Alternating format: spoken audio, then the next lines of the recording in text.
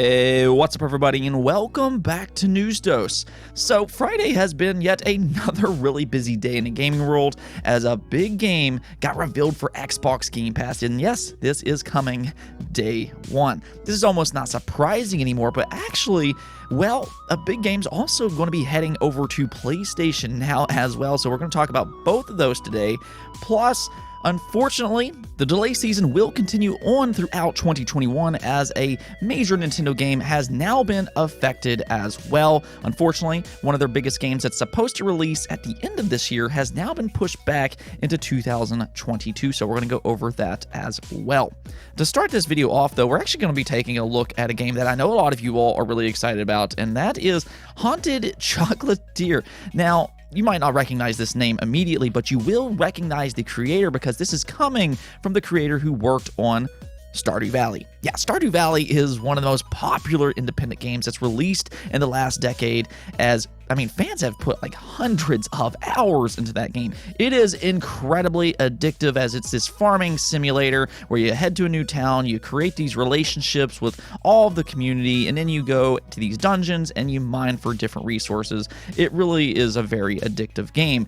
And while that seemingly will translate over to Haunted Chocolatier, as they do describe this as yet another quote-unquote town game. They do say that with this game, you once again will move to a new town and try your hand at a new way of living. You'll get to know the townspeople, achieve your goals, and make progress in many ways. As they note, all that is similar to Stardew Valley. However, it's the core gameplay where this is really going to differ compared to Stardew Valley. They do note that Haunted Chocolatier is more of an action RPG, which, in my opinion, I do find that to be a little bit more exciting. I do like RPGs, so I really want to see what they can do with an RPG like Haunted Chocolatier. I think the theme sounds really interesting, but, just knowing how good Stardew Valley is, this game sounds similar and different at the same time, so yeah, this is going to bring some excitement, and if you do like Stardew Valley, you might want to check this game out when it does eventually release. About that, though, we don't have an official release date just yet, nor do we have platforms. I do imagine this is going to come to pretty much every platform possible. We saw that with Stardew Valley. It was on mobile phones, it was on PC, consoles, so, in time, I imagine this will be on pretty much everything. Now, we also got a new event to talk about as PlayStation announced a new state of play for October 27th at 2 p.m. Pacific Time or 5 p.m. Eastern Time. So there you have it. We have an event to look forward to that's coming out in just 5 days from the making of this video. But don't go into this event expecting some massive news for PlayStation exclusives. They did say that this show is going to be around 20 minutes long and that they're focusing on announcements and updates for upcoming third-party releases. So don't go in expecting any kind of big gameplay reveal for something like God of War Ragnarok or Horizon Forbidden West. Instead, expect more of a low-key event. Now, some interesting things could still happen here as they do have some big third-party games in development. Guardians of the Galaxy is coming out soon. They do have Ghostwire Tokyo, which is a big timed exclusive coming to PlayStation next year. You also have Solar Ash. That's another PlayStation exclusive that comes out this December. So, there's some interesting third-party games in development for PlayStation as well. Even Final Fantasy 16 is in development for PlayStation, but I really would not go in expecting a big reveal for something like Final Fantasy 16. I think if that game does get revealed, it would probably be at the Game Awards, which is one of the biggest events of the entire year that's really going to have the entire community focusing on that event. Really, in terms of viewership, you have E3 and then you have the Game Awards, so I think any of the big announcements coming from PlayStation will probably be saved until the Game Awards. Nonetheless, it's still worth keeping an eye on this state of play that will take place next week on October 27th, and as always, I will keep you up to date on all of that. Next up, we need to talk about that Grand Theft Auto trilogy, which includes GTA 3, GTA Vice City, as well as San Andreas. You're talking about some of the most beloved games of all times, and they did announce this earlier this month. However, previously, they didn't exactly go into much detail on what these games will include and what kind of enhancements that we should expect, but they did go into detail about that today, including some big news for both Xbox Game Pass as well as PlayStation Now. So these are the things that we do now know about the GTA Trilogy. The Definitive Edition will introduce wide-ranging modern control upgrades, which includes improvements to targeting and lock-on aiming, updated weapon and radio station wheels, updated mini-maps with enhanced navigation, allowing players to set waypoints to destinations, updated achievements, trophies, and more. As for the Nintendo Switch version, this will include Switch-specific controls, including gyro aiming, as well as touchscreen camera zooming, pans, and menu selections, while the PC version includes support for NVIDIA DLSS and additional new accomplishments via the Rockstar Games Social Club. These games also features a range of environmental upgrades, including all new foliage, smoother surfaces, and increased draw distances to provide a new level of depth and clarity throughout the world. All this is coming specifically from Rockstar, so these games will include a variety of enhancements across all platforms. The GTA Trilogy will also cost $60, which is actually quite a bit of content for the money here. I mean, you're gonna get 3 full-size games here for $60, so this is a just great overall bundle. And, well, we do now have an official release date as well, as these games will make their debut on November 11th, though the physical version will not be made available until December 7th, so do keep that in mind. The big news here, though, comes from Xbox Game Pass and then PlayStation Now. So if you are a subscriber of Xbox Game Pass, I mean, Xbox Game Pass subscribers, you're pretty used to getting day one releases, and, well, you will get a day one title here with Grand Theft Auto San Andreas, the Definitive Edition. No, you're not necessarily going to get the entire trilogy, but you will get San Andreas day one on November 11th, and this is a huge release. San Andreas is one of the most beloved games of all time, and it's a fan favorite in the GTA franchise. I mean, according to Statista, this game is the second most popular entry in the entire franchise, selling 27.5 million units as of May 2019. Now, I'm not sure exactly how accurate that is, but San Andreas really is a very popular entry in the franchise, so this is a big get for Xbox Game Pass. For subscribers over there, November is already starting to shape up very well, with both Forza Horizon 5, which is set to release on November 9th, and now you have San Andreas, the Definitive Edition, which releases on November 11th. It's already shaping up to be a very good month for Xbox Game Pass subscribers, and for that matter, December, that's getting off to a good start as well with Halo Infinite, so Xbox Game Pass subscribers have a lot to look forward to over the next couple months. Now, interestingly enough, Rockstar is also giving PlayStation Now some love, though this isn't quite day one, but on December 7th, they are going to bring over GTA 3 over to PlayStation Now. That's actually the same day that the physical collection for GTA Trilogy releases, so this is actually a pretty good pickup for PlayStation Now. This is something that I've said multiple times in the past, but I do think PlayStation Now has consistently improved over the last couple years, and you're seeing that once again with GTA 3, the Definitive Edition. The one thing that I would really like to see PlayStation Now improve at is just getting games into the service for a longer period of time. If you paid attention over the last year, they have some quality games coming to the service, and GTA 3 Definitive Edition is yet another release. I just want to kind of see them extend the contracts a little bit longer, especially when it comes to their first-party content. Nonetheless, though, both Xbox Game Pass subscribers as well as PlayStation Now has a big game to look forward to over the next couple of months.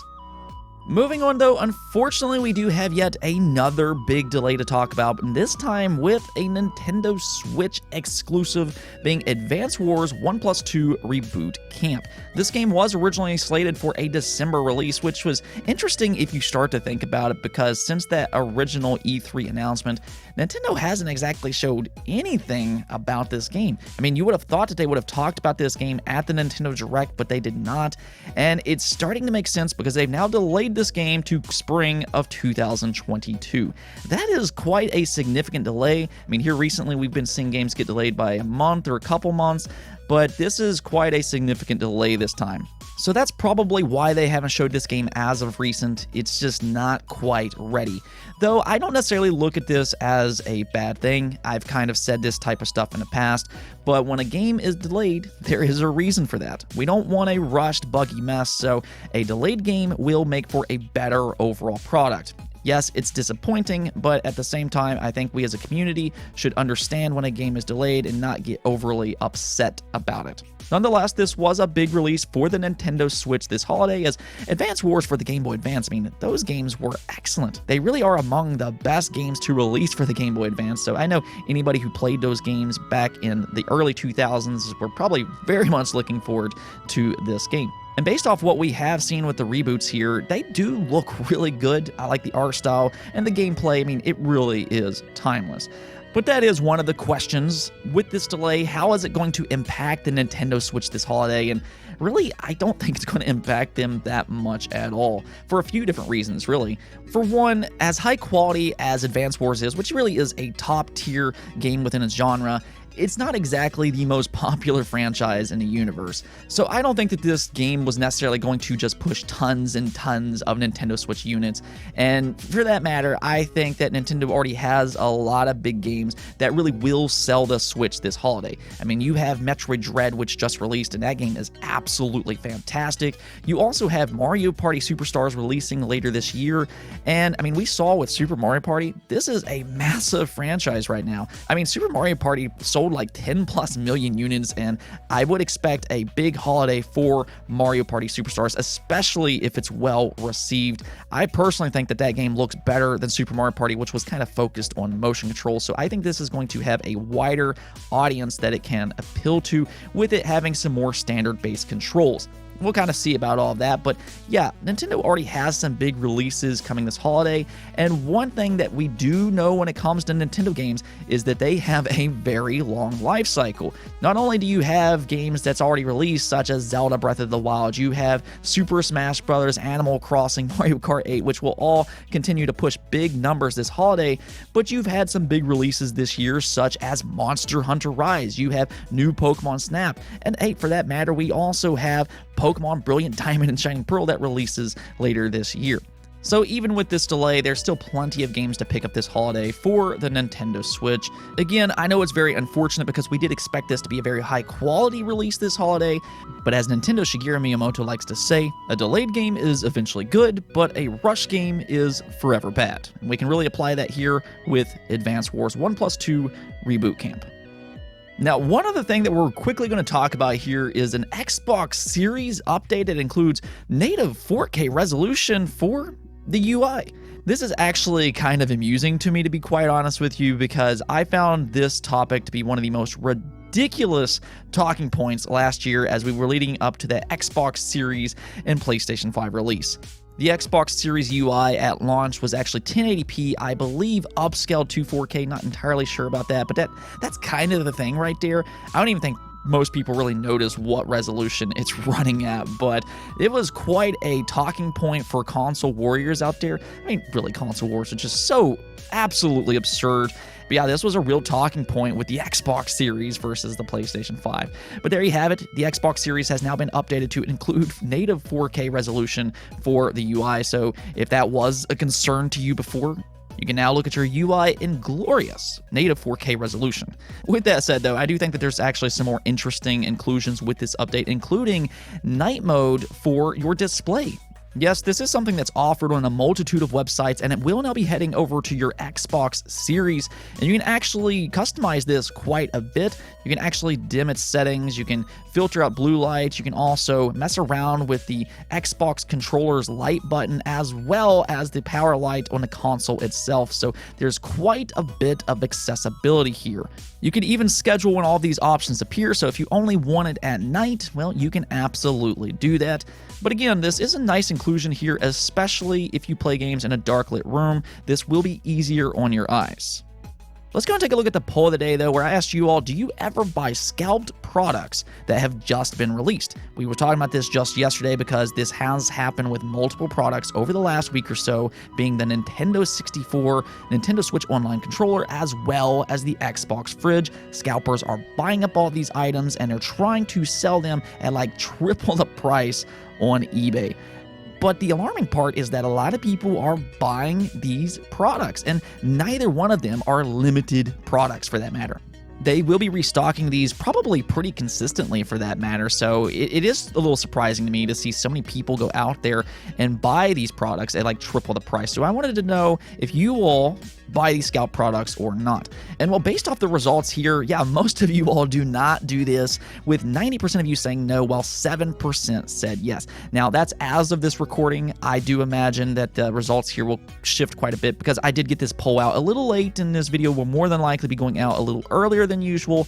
But nonetheless, it does seem like the large majority of you do not buy scalp products that have just been released, and I'm really glad to see that. I mean, it's your money. You can absolutely do anything that you want with it, but I really find scalping to be a major problem right now. So, I mean, my preference would be for people to just not support them at all.